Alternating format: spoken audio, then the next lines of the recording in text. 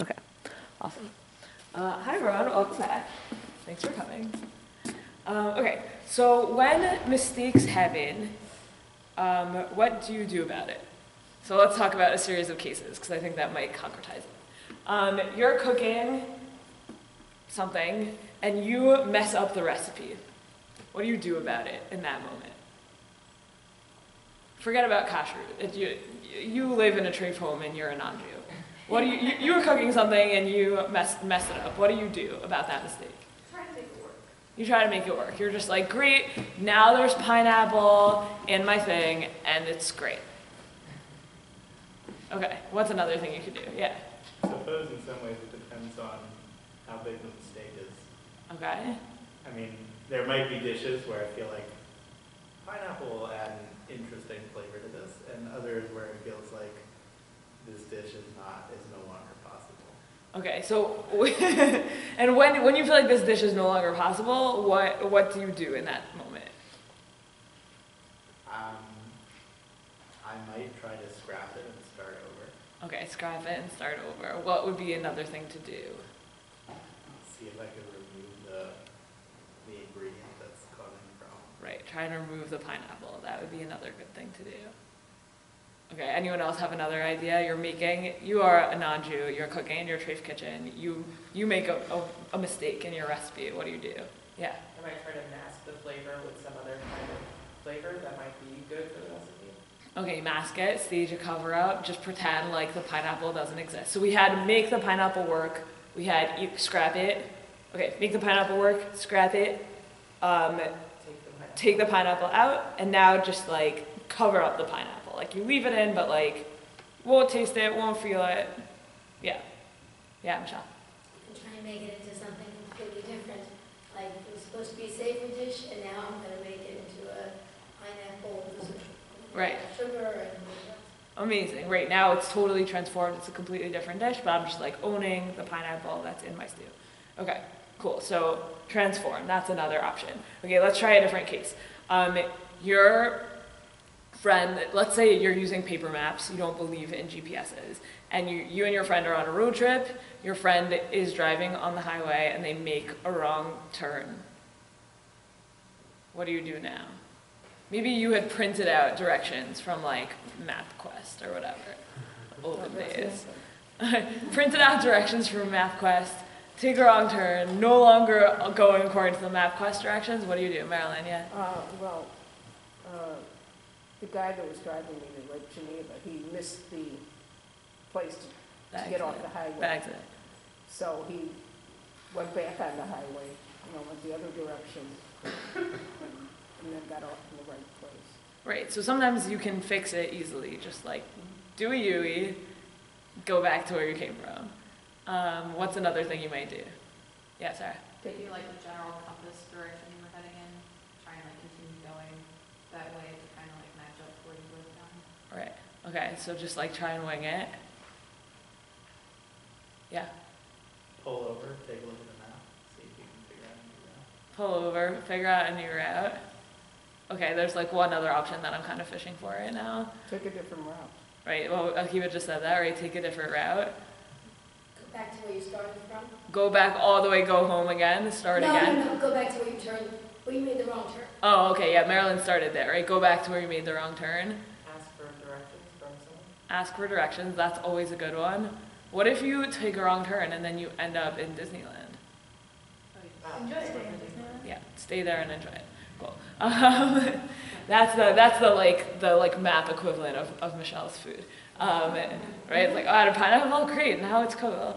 Okay, great. So the other piece of thing that might happen when your friend is driving and takes a wrong turn on the highway is that you will like get really mad at him and yell at him a lot.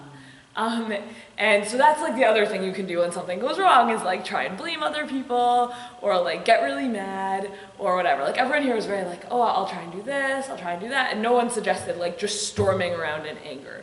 And that's like another thing that happens. And that happens a lot when mistakes are made is that people just like get real mad and then do unproductive things. Well, Akiva kind of suggested that in the first place of like just throw it out. Like pineapple is in this dish, like absolutely not, chuck it, start again. That's like maybe the equivalent of like storming around.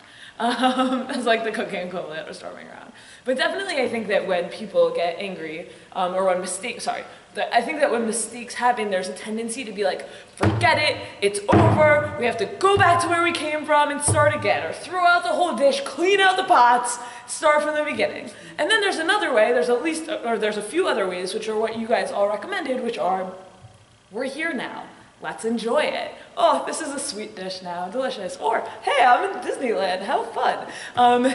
Or there's to say, okay, like, can I cover it up? Or can I pretend like this never happened? So some of those are, or can I like take a slight detour but then ultimately get there? Like inconvenience myself only slightly, but ultimately reach my goals in the same basic way. So we're going to talk today about when mistakes happen in the kitchen. And here it's not like, oh, my friend was driving. Here it's like mistakes happen in the kitchen, like, and like you're the friend who's driving and halacha is the other guy in the car. Okay, so everyone follow? So it's like, that's kind of like the general metaphor I'm going for, which is like, we're going to be talking about like the principle of nullification, which is complicated, and I'll explain this all in a second. But, and this isn't even the beginning of all the complexity, or this, I guess, is the beginning of all the complexity, should be fair to say. But like, how does halacha deal with it when people make mistakes? Like, kashrut is really important, but there's lots of other values at play also in terms of like it being livable, and kashrut being a system that like doesn't make you constantly like have to throw out everything all the time. And it doesn't feel like it's like this angry system. It's a system that's like loving and caring. So that's kind of what I want to explore tonight a little bit. But in order for us to do that, we have to like dive in a little bit into the complexity of bitul, which is the concept of nullification. You don't have to look at it so closely, but you're welcome. Come forward, come closer, come closer. Okay, so in mixtures, the language for that is ta'aruvus, if you're from. Ta'aruvot, in mixtures, so there's a bunch of different kinds of mixtures that are described in halacha. So you could have mixtures of wet things, and you could have mixtures of dry things. You can also have mixtures of wet and dry things, but we're going to ignore those mixtures for now. Okay, so mixtures of wet things, mixtures of dry things. So a mixture of wet things would be like a martini. A martini is a mixture of wet things, minus the olive, right? Okay. A mixture of dry things would be like, I have three hot dogs, okay? And there's three of them, and they're all mixed up in their hot dogness. I can't tell them apart. Or in this case, I can't tell them apart. So there's things that are similar and things that are dissimilar. And how we define similar and dissimilar is, again, quite complicated, but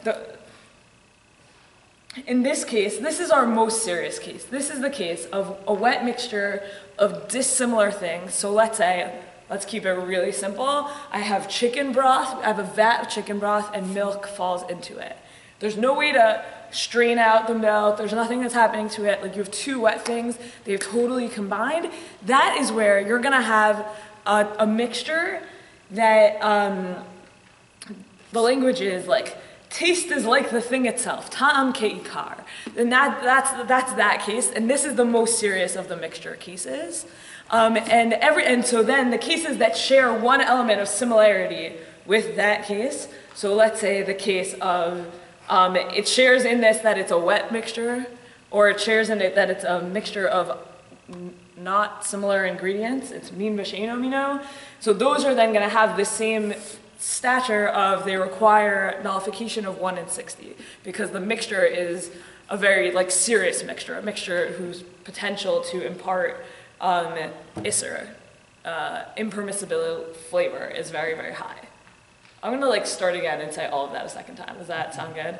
Okay, great. So there's two different things that can change the status of a mixture. So one of those is, are the ingredients dry or are the ingredients wet? And the other is, are the ingredients all similar or are the ingredients dissimilar? Okay, this is not really important, but like this part of it, the dissimilar ingredients in wet mixture, that's like the most serious version of this. And the least serious, and then anything that shares a characteristic with this quadrant, then like gets knocked up to the requirements for nullification that this quadrant has. So this quadrant requires a nullification of 1 in 60, so one part forbidden to 60 parts permitted. Was that your question? No. Okay, 1 second. And therefore anything that shares a characteristic with it, so if it's wet or if it's dissimilar, then it also requires 1 part to 60 parts. However, if you have a mixture that shares no characteristics with it, i.e. this guy, then nullification can happen with just majority. So I have 3 hot dogs, one of them is treif. This mixture is now permitted, potentially, because 2 of them are kosher and that's majority. We're gonna see that inside in a second. Okay, I'm gonna take questions because that's what I just said like a lot, and also most people never learn this. Like you could have a totally kosher home and have no idea what I'm talking about. Yeah, Kate. I know you said that similar and dissimilar are really complicated terms, but could you give an example of like so when you, on the chart when it says like similar things in ingredients and dissimilar in ingredients, you said, so milk getting into chicken broth. Right. In similar, what kind of mixture would be considered like similar? So something in this quadrant would be you have 2 chicken broths, one made out of chickens that were not shechted Okay. properly, and the other one made out of perfectly kosher chickens, and then you went, psh. Okay? So that would be like a wet mixture of similar, like indistinguishable ingredients. Yeah? So then cases of similar ingredients are always going to be like cases where one thing is, that one object is on its own not kosher and one object on its own is kosher, which is different than a dissimilar where you can have, right, like basar v'chalaf, the milk is kosher and the chicken broth is kosher, but it's the mixture that's the problem. So is that a distinction between the two? That similar is always going to be one is kosher and one's not kosher? Similar. Right. Most cases of basar v'chalav are this, yeah, are dissimilar. Okay. I'm trying to think of a case that's not, and it's not coming to me, but as we get closer to par of meat, that's gonna fall away, Uh-huh. I think. I don't know. I'm not ready to commit to my answer Can though. you just give a couple of examples in each box? Okay, so the box that's the hardest to give an example for is this, meaning a dry mixture with things that are dissimilar that you can't pick apart with your hands. Like that's really hard to come up with what an example is of that. So for now I'm gonna say like this is mostly theoretical, this box. This box we said like milk into chicken broth. This would be kosher chicken broth into not kosher chicken broth. And we're gonna talk about hot dogs for this one. I guess I don't understand the hot dog thing, because it's not really uniform, you still have 3 separate hot dogs. Are you talking about like if they were all chopped up really small mixed together? 3 full hot dogs, they're just identical, but you know that one of them is treif. Like you brought 2 hot dogs to a Cubs game, and a vendor walks by, knocks a hot dog onto your lap. You know that that hot dog came from that vendor, and that vendor is selling treif hot dogs. But now you're like, uh-oh, these 3 all look the same, and I don't know which one came from that vendor. So is it the same if I'm going to eat all 3 or if I'm going to distribute them? Beautiful question. That's the topic of what we will be discussing tonight. So hold on to that. But bingo, you could be a medieval commentator. That's like the highest praise, by the way. There's nothing better than that. Any other questions at this point? Okay, this was all background. We're gonna only be hanging out in this quadrant. Because in this quadrant, we have people talking about the answer to Michelle's question, but what that cuts to is how this works. And what I think is that the answer of how this works reveals something like really beautiful in the world about how we can think about mistakes. And that's gonna be like part 2. So until now has been intro. Part 1 is gonna be identifying this principle, which is not straightforward. The Talmud, one of the reasons why most people don't learn this stuff until they're in a smicha program is that these principles are derived in very unclear ways. Like this is some of the hardest like stuff that exists. So I tried to like make it accessible vaguely. We'll see how much I succeeded. Sorry if not, but I think this is really exciting material, and definitely like once we get to the answer for your question, that I think will be like quite clear. But the background stuff that we're about to do, part 1, will be a little bit difficult. So we're actually going to start in source number 2 in the Rashi, because he's going to tell us about like why there's sources in the middle.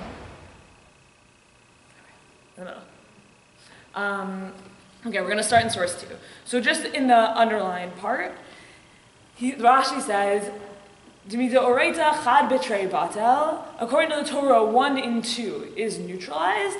As it is written, we side with the many. So what's the context for Achari Rabim Lahato in the Torah? Louder? Isn't it a negative? Isn't it in the negative? We don't No. go after the majority to do wickedness, is that what you're saying? Oh, that's like the same general area, but that's not this. Yeah.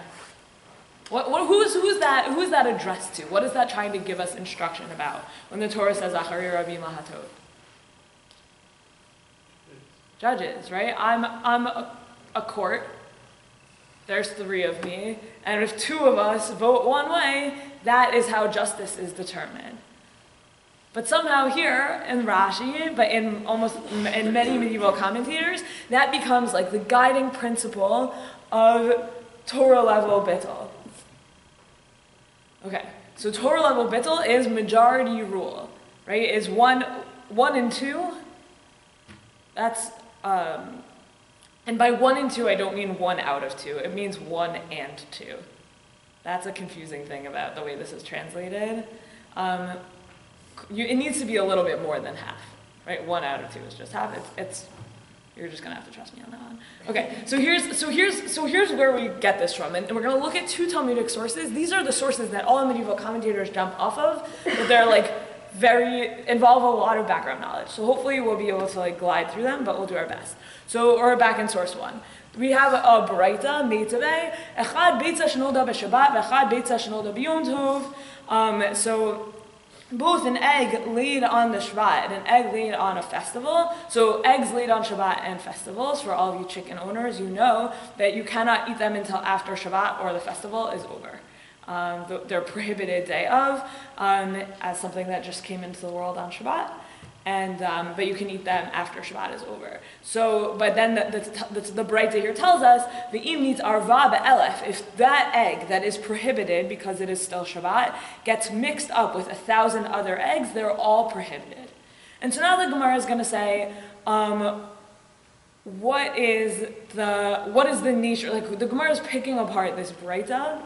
And there's a lot of questions to ask on this Gemara, but we're just going to push through. So the Gemara is going to say, well, actually, the last clause of this text, Imnit arva be'elef kulan asurot, sifa ata'an l'safik trifa. It's going to posit that actually this line, that if they get mixed up with 1,000 other eggs, they're all forbidden, that's actually coming to teach us about a case where you think the egg might be a trifa. You think the egg is treif. And then the Gemara is going to ask a question. If that's the case, let's consider the clause of the last Breita, which says if it got mixed up with 1,000 other eggs, they're all prohibited. So if you'll say that there's a doubt whether the egg was laid on a festival or on a weekday, then this whole thing would make sense that it can't be, that even if it gets mixed up with 1,000 other eggs, they're all still prohibited, because in that case it has the special status of a thing which will become permitted.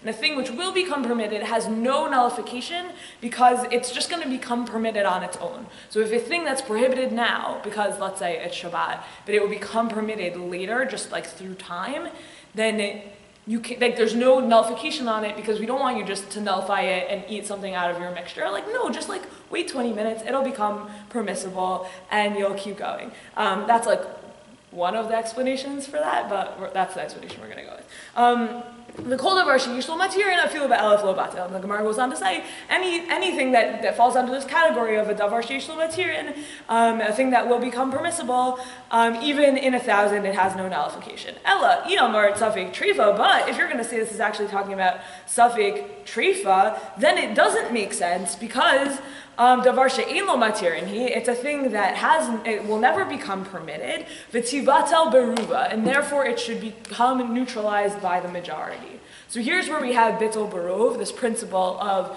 nullification by the majority. This is case number 1, where they're going to say you have an egg. This egg is possibly a trifa, and now you have it buried amongst 1,000 other eggs. That egg should now, the Gemara is going to say that egg should now have bittul, like that egg should now become permissible. Okay, people are following. I'm seeing a lot of nods. That's very surprising and very good. Yeah. I have a question. Wait, Beverly, yeah. It's saying, first of all, they're saying this is not allowed, you just absolutely can't have it. Mm-hmm. And then they're saying because it will at some point no longer be forbidden, that now it's not forbidden. No, okay. The Gemara. Let me go through what the thought process the Gemara just did. So the Gemara posited this last line of the Beraita. If it got combined with 1,000, they're all prohibited. What case is the Beraita considering? So they posit that they're talking about a safek treifa, and then they back that up by saying you might have thought that this is an egg that was, let's say, born on Shabbat, and therefore it would be in this category of davar sheish lo matirin. And sorry. They reject. Okay, I'm going to back up and start again. They posit that it's a safek treifa, that it's potentially a treif egg, and then they say, let me prove it to you. You might have thought that it's an egg that was born on Shabbos, but if it was an egg that was born on Shabbos, then, no, I said this wrong a 3rd time. Okay, here we go. I'm going to prove to you that it is a safek treifa, because you might have thought that it was an egg that was born on Shabbos. If it was an egg that was born on Shabbos, then this Gemara makes sense. But if it, why do I keep getting this wrong? Sorry, this is why this is hard. Okay, unless someone else wants to take a stab at this. I'm gonna get it right, because I can do it, and I did it already. Okay, it's a safek treifa, and then they say, no, it's not a safek treifa, because, and this is the last line, if it were a safek treifa, it would be batel berov. It would be nullified in the majority. Okay, here's how we get there. Oh, I think it's a safek treifa. Well, let's say it's an egg that was maybe born on Yom Tov, or on Shabbat.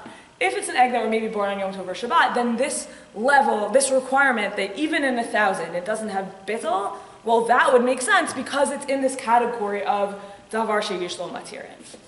Okay, so it's a thing that will become permitted, and therefore, just wait it out.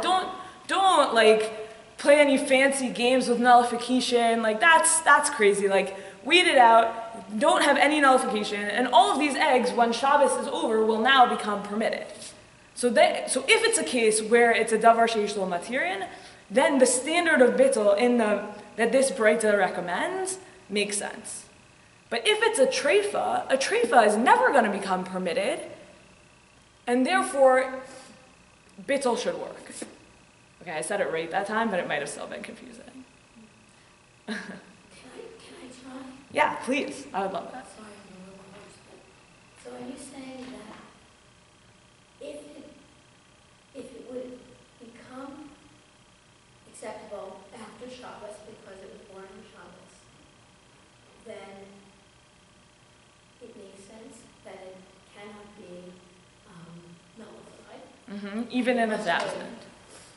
If it's never going to become treif, It's never going to become permitted. actually never going to become kosher, then you could in fact dilute it enough that the whole mixture would become, so there would be a way to know.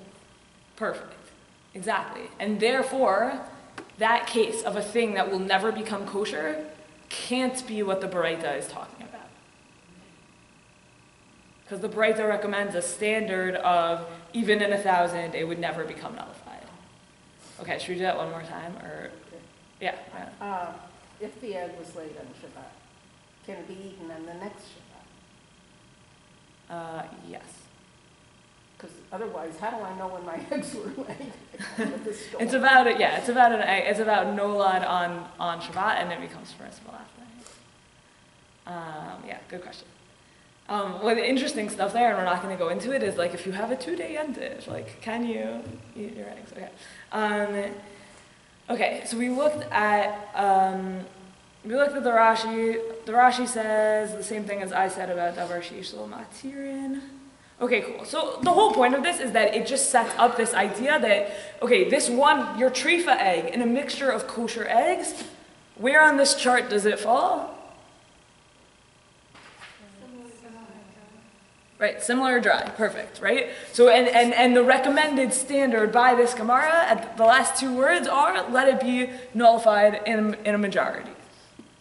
Okay, cool. So that was case 1, Gemara 1, here's Gemara 2. I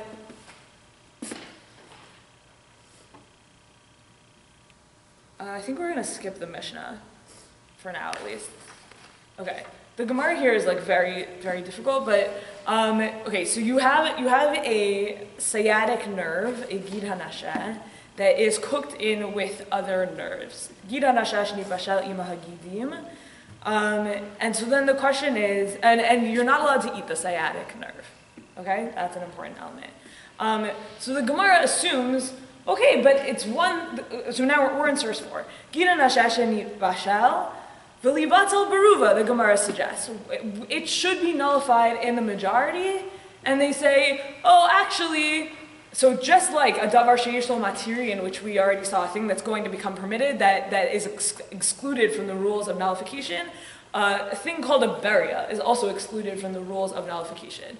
A beria is a confusing word that they don't translate. Cool. So beria it means like one whole thing. So the most common beria in our lives are bugs. So if you have a bug and it's like in your salad somewhere and you can't see it, like that's a problem because it has a whole bug has no nullification. Can't be consumed in any kind of combination. The only important caveat to that is that if it's like ground up, then it can be, or now the rules of bittul start to apply to it. But they have this idea that, well, if it weren't a beria, if it weren't in this example of like a whole thing, then it would have bittul barov because it is again a mixture of nerves that are all mixed in together, and the other nerves are kosher, and so it would be potentially nullified by the majority. And then they say. And then they bring a second case from Mishnah, so now we're on another case. And similarly, like a whole piece of nevela, so the case there is, so they say, right, chaticha shel nevela, right, and a chaticha shel dag tameh, so a piece of not kosher meat or a piece of not kosher fish that are cooked together with kosher pieces. When you can recognize them, then it depends on whether it imparted flavor or not, because you're supposed to take it out. And if not, then they're all prohibited. And so the question is, well, why not this piece of not kosher meat that's mixed in with these other pieces of kosher meat? Well, shouldn't that be like the hot dog? So the Gemara asks, v'tibatal beruva, and they say no. This is another exemption to the bittul, which is a piece of meat is different since you can feed guests with it, and so if it's like a nice enough piece of meat, bittul doesn't apply. So it's another exemption from nullification. But the Gemara is suggesting over and over again, oh well, it seems like this is a mixture of dry similar ingredients, and therefore the standard for nullification should be bittul beruv. Okay, so now that was all like the setup. So just so I can like prove to you that majority rule like is a thing in halacha. Yeah. Can I ask a question about the riyad? Is that like, so a case of something that's a whole thing, you gave like a bug, so what's, like, I was trying to think of an example of where another example of where that might happen, like if I was like checking chickens and they were kosher, right? And then someone next to me had a friend who was slaughtering chickens, but they weren't doing it in a kosher way, and we were like making piles, but then they got mixed up. Is that an example of like if it's like a whole chicken, yeah. And so then what? I'm not sure I'm getting the distinction between a whole chicken versus piles of chicken breasts, yeah, or a hot dog? What makes it different that it's this whole animal as opposed to a whole piece of meat? Like why is a beria like a special item? I guess so, yeah. Okay, that's a great question. I'm happy to learn that with you separately, but it's gonna like derail us right now. Yeah, that's like a fantastic question. I'm not even sure that the sources like have an awesome. I think it's a better question than there are answers, in my opinion. But we can get into it. Yes, Sarah. Especially, let's say, an example of two liquids. How could you? I feel like it depends on what it is, but how do you practically go about seeing if it imparted flavor or not? Like, Good. So the Shulchan Aruch even suggests, well, maybe you should have a non-Jew taste it. And like, we don't do that anymore. We feel like people, like there's too much complexity in that. But this ratio is meant to be our ratio of flavor. Like at what point is flavor imparted? Oh, flavor is imparted at 1 in 60. And then there's like this interesting bit of like, well, what if I think it's 1 in 60, but the guy didn't taste it? So like that's like a whole interesting like topic. Like which one trumps the other? Or kind of had a class about this, and he said, well, let's say you accidentally use non-kosher Tabasco sauce. Mm-hmm. It's a lot less than 1 in 60, but it wouldn't impart flavor. It would impart It flavor. would. Yeah, and tavlin is I'm sure this is what he taught, but anything that's like that like gives it such flavor that it's like pervasive can make something not kosher. And then this doesn't apply. So the like halachic term for that is also a Hebrew word of tavlin, which means spices. And so that's what we see a lot, like that in like our world of kashrut, like when you look at something and you see in the ingredients, like everything is kosher, and then there's like a 6-syllable long thing that you don't know what it is, and presumably that's what makes it not kosher. So either that thing is a flavor, or it's what we call a davar hama'amid, like it gives it its like structural integrity. And that might also be why that thing, it can't be, the rules of nullification then don't apply to that thing. It's like too important within the combination. There's a lot of exceptions. So we have this like idea of nullification, and then there's a lot of things that don't apply to it. Wait, so does that mean that to give a hechsher, something had to be hechshered if there's 1 to 60 in an item that's not kosher? So that's what we're going to talk about next week. Can I purposefully, like I want to add more, this is just a teaser, I want to add more calories to my soup, and I have this little bit of pig. Can I just put it in on purpose, like in this amount, that it'll be, that bittul will transpire?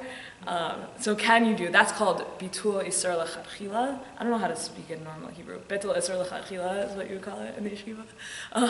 And that's like purposefully nullifying food. So everything we're talking about here is an accident. You're at a Cubs game and a hot dog falls into your lap from a vendor. Okay, so then one other thing, I remember reading how like a bug falls into your soup. Mm-hmm. It's still okay because a bug is less than a 60th of your soup. Is that still the barrier, or is it not whole? Depends what happened to the bug. I mean, usually you would Like fish the hot bug soup. out. You would fish can't the get it bug out. out, and then the flavor that the bug leaves behind is less than 1/60th. Okay. To leave the bug in there, that's like a complicated thing that has a lot more to do with Jewish history than it does to do with halacha per se. But it's a nice example of both of those things. So not okay. I would recommend fishing the bug out in that case. Yeah, For and other reasons. also for other reasons. Yeah, but it happens like on Sukkot a lot, honestly. Like you serve soup and a bug falls in, so like you want to fish the bug out. And probably whoever you're serving it to doesn't want to eat it anyways. That's like the classic jokes of like, shh, don't tell, everyone else will want one. Like, I've seen some other hands go up. Yeah. I just wanted to clarify, so with the piece that's nice enough to serve to your guests, you're not going to nullify, or you are? It cannot be nullified. Because it's for other people. Because it's fancy. Yeah, it's not like, meaning if I'm serving you carrots, doesn't count, right? It has to be like a big enough piece of meat that's like fancy, right? So in our hot dog example, like it could be that like you get some fancy Romanian sausage and like that would now qualify as a piece that's like nice enough to serve to guests. We're gonna go with like the poopiest brand hot dogs you can imagine, okay? That's what we're talking about here, like really not nice hot dogs. Yeah, Michelle? This may be the same question, but I have a little trouble here. Are you saying that if it's very nice, it cannot be nullified, or it is nullified? It cannot be nullified. Cannot be. Correct. It's too important. Anything that has like has like dignity can't be nullified. That's kind of a way to think about it. I don't know if that 100% holds up, but we'll go with that for now. Okay, so that was all just like setting up that this quadrant exists. Here are the sources for it. These sources are quite complicated, and more on that. Go to yeshiva. Okay, just kidding. But okay, so now we're going to look at four different approaches in the medieval commentators to like what happens in this case. And this is where we're going to come back to like the ideas bit of this. So in the next like 20 minutes or so, I think hopefully we'll work through these like a little bit slowly and say like what.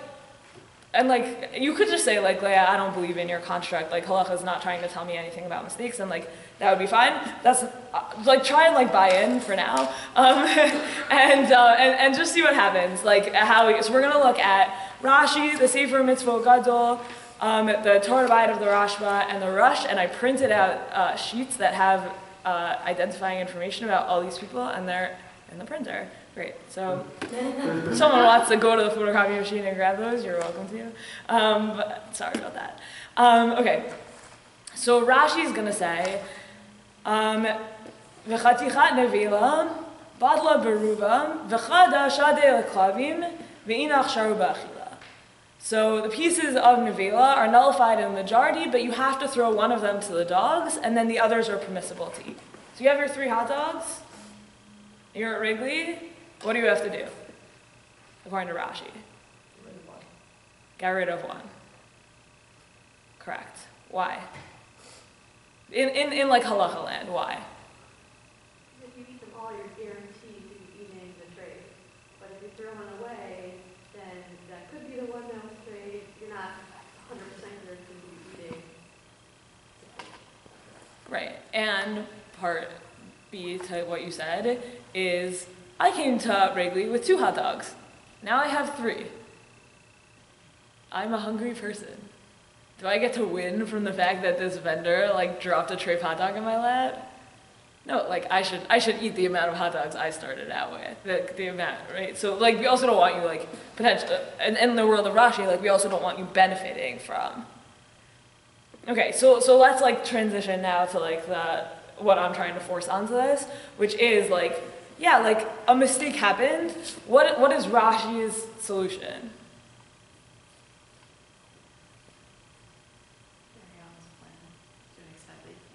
Yeah, carry on his plan. Like dig the mistake out and like fix it. Yeah, definitely. Anyone else have another read on this? Yeah. I think it's just sort of remarkable that like Kashrut is not really a status of the food at all. It's just like a status of, or like a result of your more like intention and like where you were coming into it. And like that's actually more relevant than like what's going on, what the food actually is. Right. It's not chemistry. It's kashrut. Totally. Right. Like what world are you imagining? Right. Like the counter to what you just described. Like what would the halacha be in that world? That because there's doubt, maybe you shouldn't eat all 3, or like do genetic testing on the hot dogs. Right, like find out which one. Find the actual 23andMe on the hot dogs. Yeah. Right. So either do genetic testing on the hot dogs, or like, it's treif, throw it all out. Which, by the way, like in the world of like lived kashrut, that's like very much how people, in my experience at least, like many people kind of engage with kashrut in that way. Like, I don't know, everything is terrible, let's start again. And like, even Rashi, who's one of the most stringent of these opinions, is going to say no. Okay, let's keep going because it'll also be interesting to compare Rashi to other opinions. Okay, so let's look at the Smag. He's pretty early. He's like around the same time as Rashi, but he's in France. His life story, by the way, is like fascinating. He was like brought into Paris to defend the Talmud, and like then like the Talmud was burned in the streets of Paris because he like wasn't successful at it. That's like pretty terrible. But also like what that means when the Talmud is burned in the streets of Paris is that like your job is to like try and hold everything together. And so he wrote this book of mitzvot, which he thought like, okay, like people people will like learn this, and this will like be helpful. Okay. We don't fully know exactly like, as far as I know, like we don't exactly know when he was born. We don't exactly, like there's a lot of stuff about him that we don't know, but those are some things we know. Okay. So the Gemara says, why is it not neutralized in the majority?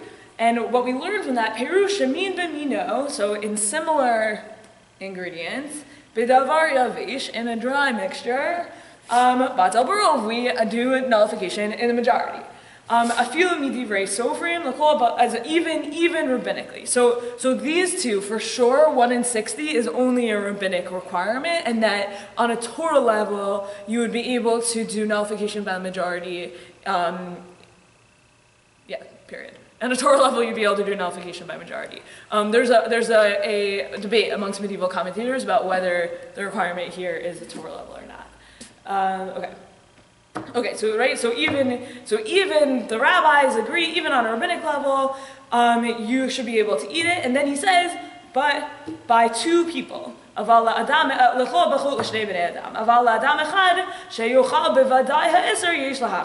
people have to eat it, but for 1 person who will for sure eat the prohibited item, we should be stringent. Okay, so what's different between him and Rashi? Yeah, Kiva. Here, Moshe Mikutsi is basically saying, even if it's certain that the treif hot dog will get eaten, that's not a problem, provided that no individual person is certain that they've eaten the treif hot dog. Mm-hmm. That's exactly right. So to say it again, right? 2 Jews, like it's not like, oh, give it to a dog, or like, oh, I don't know, use it for soap. It's like 2 Jews who keep mitzvah can eat these hot dogs, even though you know that one of them is fully treif. And the reason for that is that each one eats and thinks, I'm not eating the treif hot dog. And in that sense, it works in the same principle as Rashi, right? You throw out a hot dog to a dog, you don't know that you threw out the treif one. So it's working on the same principle, but what does it now allow for? You don't have to go through the act of wasting or throwing out the food. Right. You can keep it. You're gaining, right? Hot dog vendor. You and I go to a baseball game. I bring 2 hot dogs for Leah. Now, treif hot dog man walks by, drops a hot dog into my lap. Oops, I don't know which is which. Hey, Libby, want a hot dog? Right. Yeah. So all of a sudden, what happened with your mistake? Benefit You benefit from it. There's actually some like net positive that transpired from, in this case, the hot dog vendor, but in another case, potentially maybe. Not Yeah. to one individual, it was only in that benefit. That's completely. Right. For sure. Right. So if I'm living by myself in a desert island and I drop a treif hot dog into my combination, like I would probably have to get rid of, I would just have to waste one. I'd be back in Rashi land in that case. Where would you get the treif hot dog? You by yourself on the desert. It was in the shipwreck. Good question. Yeah, Gabrielle. So, like, it's interesting you don't have to inform the other person, like, of the possible situation, like, or do you? Like, that it could be a possibility. That's an interesting havamina, but because, like, if he couldn't eat it, I couldn't give it to him. So, like, what would be gained by me saying, here's a hot dog, Libby. It might be a treif.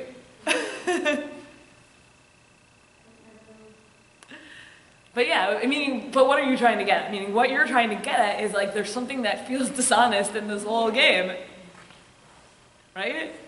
So that's that's really like what brings me to feel like this is halacha trying to make sense in some way of like mistake making.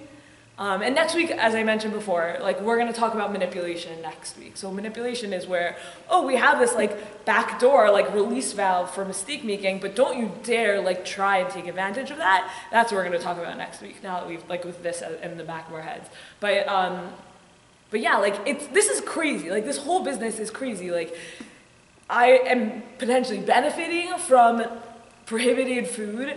I'm like putting it into my body and I don't even, right, and then like it's as if it like became totally permissible. Like I don't need to like warn you about it because there's nothing to warn, like you can eat it.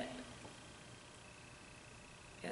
Would this be a case in which like if you had the 3 hot dogs now, you have to either have the choice of you can throw it away can share it with someone, and then you don't have to throw it away, so you can pass it on to another person. Mm-hmm. Yeah, that does seem like, But you're not necessarily having on the tray. right, because it wouldn't be, Like as far as anyone's concerned, it's kosher. Like It's definitionally, it's it's really kosher. confusing. Because we feel like it's 1/3 tray, which it's not. but then it's been nullified. But then you're not eating as many hot dogs as you would have if you're sharing it. Why? I'm sharing the one. I'm sharing one. We're gonna eat 2 hot dogs, and then your plan got interrupted, so now in order to eat 3 hot dogs, you have to share it with someone. So you get Right. So, one but and a I'm half. back at least to where I started, or half, or I get 2.5. No, I don't think I get 2.5. I think you I get 2. 1.5, Why? right? I don't have to split. You don't have to split. You can just give her some. And I think I then, have to like, give her have at the least the amount that of prohibited material that fell in. I mean that's I think just a read of this. I don't know. I think so. Because I need to avoid the possibility that I'm for sure eating Isser. So if I eat 2.5, then for sure at least half of that is prohibited material. Is that what you're gonna say? Okay, yeah. Okay, cool. So we've moved on from you can't benefit, now you're benefiting. Now we're gonna see something even more cool. So here's the Rashba. So in a case where you have a dry mixture where you can eat the whole pieces of the dry mixture on their own, meaning the pieces are like separable. You eat each piece on its own. And when I'm eating this piece, I'm saying to myself, this piece that I'm eating is not the prohibited piece. And so too with each one of them. And when you eat the last one of them, the prohibited matter is in the stuff I've already eaten. This one that I'm eating now, this one is permitted. And therefore you can eat each one on its own, and you don't have to worry about it. Yeah, let me. So it's like I'm making cookies and then they have to be parov, and I dump these chocolate chips into a bowl and they were parov except some milk-like chocolate chips got in the bowl, and I decide to start eating them, and I say this to myself, and it doesn't matter that I eat the milk-like one because really like it was a couple in a bowl of 100 parov chocolate chips. Mm-hmm. Like, that would be the example of. Yeah, I mean, except that parv and milk eggs is like. Like, would that be though like on the same level as like a question of being treif? Like eating something that I shouldn't be eating? So there's like a whole question about. I think it's easier to talk about like treif and not treif. Okay. Your treif chocolate chips. You have like just leave out milk eggs and parvs. There's a medieval idea that plays out pretty like in very like confusing ways in halakha, that like things need to be really different from each other in order for nullification to work. Okay. So that's why it's parv and milk eggs are like potentially not different enough. There's like a whole complex like element to that. But let's go with like treif chocolate chips and parv chocolate chips, and then yes to your question. Like some that are made with lard. Yeah, cool. It's interesting that he doesn't just say like don't finish it. I thought that it was going to say like just don't eat the last piece and be like that's the one, and let it go, and then you can eat like most of it. But here you're just lying to yourself. Yeah, keep it. I mean, you could say that you're lying to yourself. Or if we want to continue with this language of uncertainty that's playing out in the previous two sources, before it was that you're never certain that you are eating treif, and here it's that you're never certain that the thing you are eating right now is treif. Yeah. But you're speaking in a language of certainty, right? Well, I don't think the Rashba thinks you need to speak out loud. This one that I'm eating is not. I think he's saying like this is how you justify it to yourself. Right, but you're not saying I'm not sure this is the piece. I'm not sure this is the piece either. I'm not like in all of this I have plausible deniability. You're saying even just internally this is not it, and neither is this one. And then when you get to the end, you say I definitely already ate it. It's kind of the same as the hot dogs. Like when you're eating and you know one of them in the mix is treif, you can be like, well, this isn't the treif one. Right. And when you're done and everybody's done, like, well, yep. Someone. It was treif, but we already ate it, and it was, you know, instead of bite by bite, you eat the whole But now thing. you have an out, right? Because you threw something away, so you can at least say like, well, there was probably that. Right, or if you're sharing it though, somebody ate it, Someone. or you ate it, or Yeah. you don't know. Yeah, Michelle, and then Akiva. These are meant to be contrasting opinions, right? For sure. So it's okay that we see them as being inconsistent with each other. Absolutely. Okay. These are people who are more or less contemporaries who are disagreeing with each other. Absolutely. Yes. Yes. I think your point is well taken, that's the language is not of uncertainty. My explanation for that would be that the Rashba is not willing to rely. The language of uncertainty is not strong enough in a case where you are going to eat all three. You need to say something, like psychologically, you need to say something more certain to yourself. You can't just say, well, I don't know, I guess this one is not. You need to actually consciously say, this is not the tray form. This is not the tray form.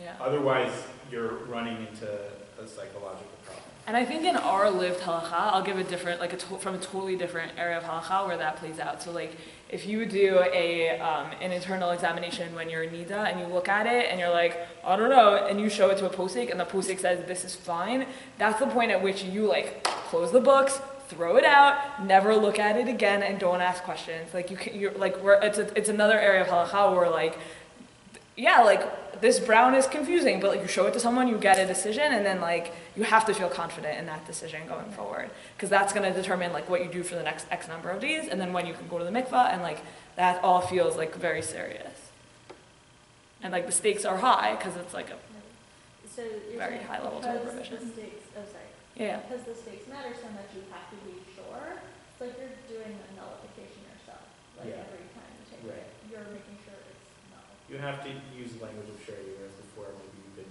say, I don't know, it's uncertain, statistical, yeah. Right, wait, that's like a really interesting point that Akiva just said, where like in the previous two, with each one you could be like, right, in the Rashi and the Smag, you could be like, well, I don't know, maybe there's like some uncertainty, whereas like with the Rashba, he's actually pushing you towards certainty. Like when you are using this principle of Bitul, like you have to believe it works. Like you have to be all in on this thing, and when you eat that hot dog, you're gonna be like, yes, I'm eating this hot dog because this hot dog is kosher. And it like forces you to really feel very confident in like this halachic process that is nullification, and in living out this Torah principle of majority rule in this case. Yeah, Michelle. I see as consistent here the idea of intent, right? And including your example, because when you got the opinion, your intent was to do the right thing. Mm-hmm. You followed the guidance, and so that was your intent. So whatever the reality was, the reality is you intended to do the right thing, and so by following, you did it. Yeah, that's definitely, meaning that's not the only read here, but that's like a very strong one. There's like kind of infinitely much that you can bring to these texts. We need to look at the last opinion. Like no one's allowed to leave until we look at source number 8. After that, you can all leave. Okay, so we'll just read the second paragraph of the Rush, because we're getting close on time. The Torah says there's a biblical degree of going with the many, of majority rule. Therefore you have nullification in the majority. The prohibited changes to become permissible. And you can eat them even all together as one. That's an amazing thing to say. There was a treif hot dog. This hot dog was came straight out of a pig. It landed in my lap, got mixed up with other ones, and now I can just be like, all of them together at once. And it's not just some uncertainty, some questionable principle. It's like, no, the Torah made this piece of pig kosher. That's an amazing thing to say. The Rush here is absolutely transformative. And I think that this principle, and this is kind of what I want to wrap up. I'll just say the Shulchan Aruch goes by the Rashba, which is kind of the center opinion between the Rush who says you can eat all 3 pieces in one mouthful, to the people who say you have to dispose of one or share one. The Rashba is the one who says each piece you eat, you say this one's not kosher. That's how the Shulchan Aruch goes. And the Ramah says, some people are from and throw a piece out. But I just want to focus on the Rush for a second, because I think that even though for purposes of halacha, the Rush never like like in this case, we don't hold by the rush. But I think this idea of like how the principle of nullification works, and also like just as a way of like thinking about mistakes and like forgiveness, is very just like philosophically compelling. That like something that's like totally prohibited. If you had gone up to that vendor and been like, I'll take one hot dog, please, like that would have been a Torah level violation. But all of a sudden this like crazy thing happened and it's so confusing and you're about to like lose your lunch over it.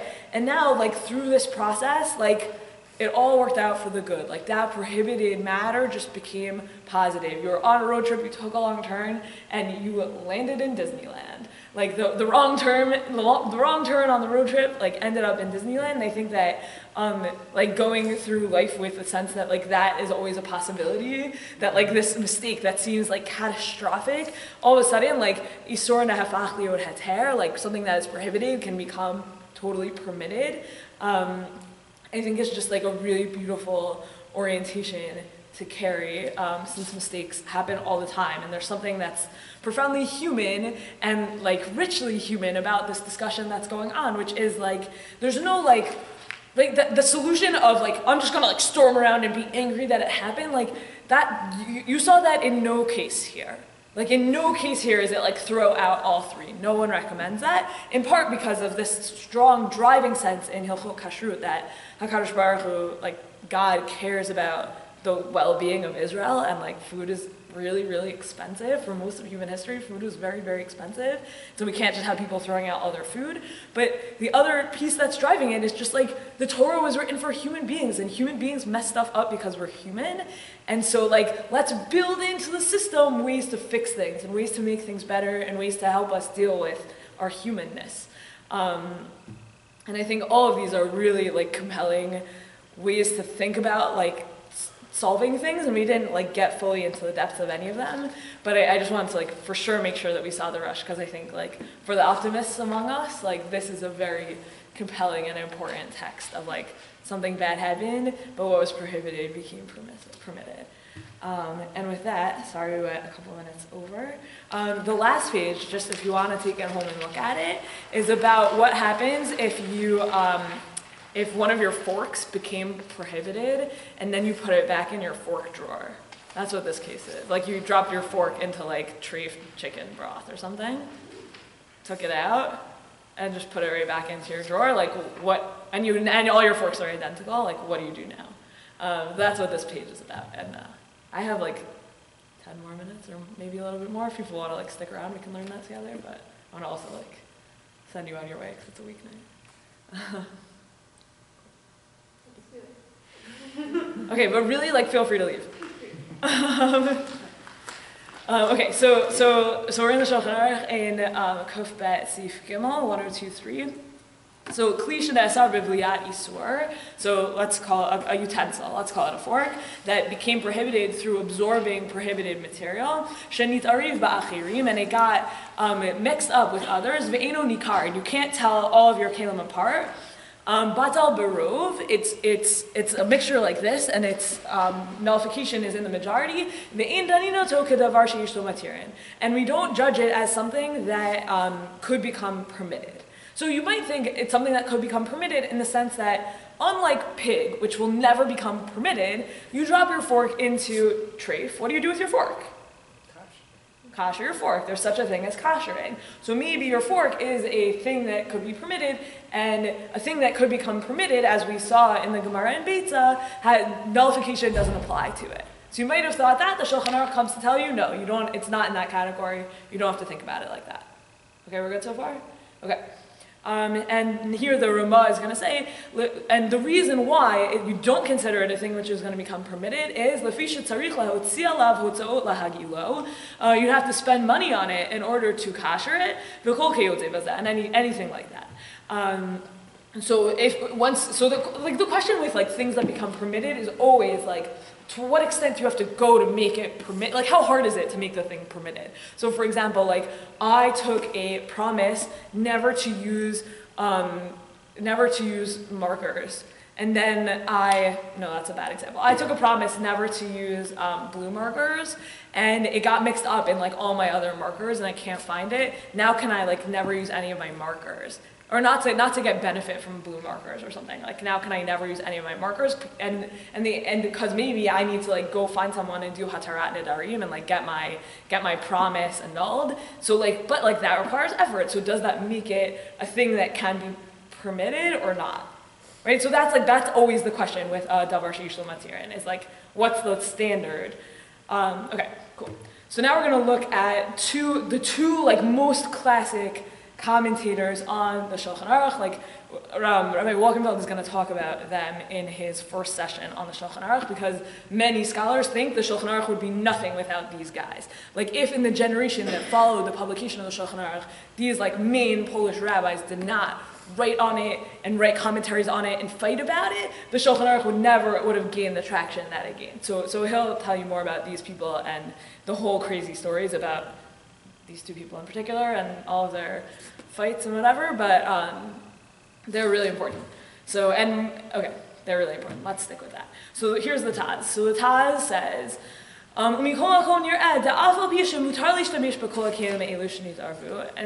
so even though it's permissible that to use all of these utensils that got mixed up, but you shouldn't really like leave all of these forks in this combination for a long time, unless you kosher all of them, misafik, out of concern, out of uncertainty.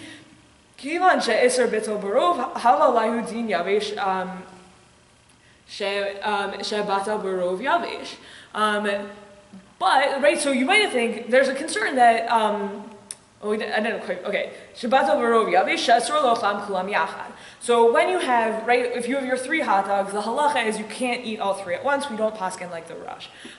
So you have a concern with all your forks that you can't use all your forks at once. Okay, does that follow? People are following? Awesome. And we have to be concerned that over the course of a long time,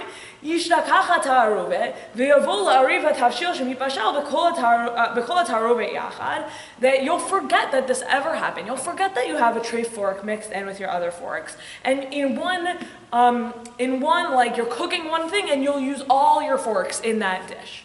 And then you'll eat the dish. And you'll come to a place of prohibition, because although you have a tarovet that's potentially permitted, and it would be permitted to use one fork at a time, if you use all the forks at once, you're now eating all your hot dogs in one bite. And therefore, he says, like, don't leave your tarovet of forks forever. And therefore, like out of this concern, you should machshir all of them. But what's useful, you should kasher all of them. But what's useful about the Taz is, like, let's say it's like, let's use like a lighter example, like it's Erev Shabbos and like this happened, like you trafed a fork and then you're like threw it back in the fork drawer and then you're like, oh my gosh, what happened? So like you can at least like continue cooking and then like after Shabbos you can kasher all your forks. Like he doesn't say like, okay, no forks for you for Shabbos. He says like, don't leave it for a long time. Don't leave it for so long that you'll forget about it. There's like some other interesting like sub things about this Taz, but we're gonna like put them aside. Like one of the questions is like, do utensils like retain trafe over long periods of time, and like how does that all work? We're gonna like parking about that. The problem with Kashrut is that everything is connected. Like there's never one principle without like 6 more. So like in order to teach it, you have to just be like, here's another issue. We're going to put that in a drawer. Okay, so here's just the other half of the debate. So the Shach brings the Maharil. The Maharil is like, how do I say this right? He's like 1300s in Ashkenaz. What's really important about the Maharil is that he's there's like a gap in the history of Ashkenaz, which is called the Black Death. Which is the time when everyone in Ashkenaz like died or moved.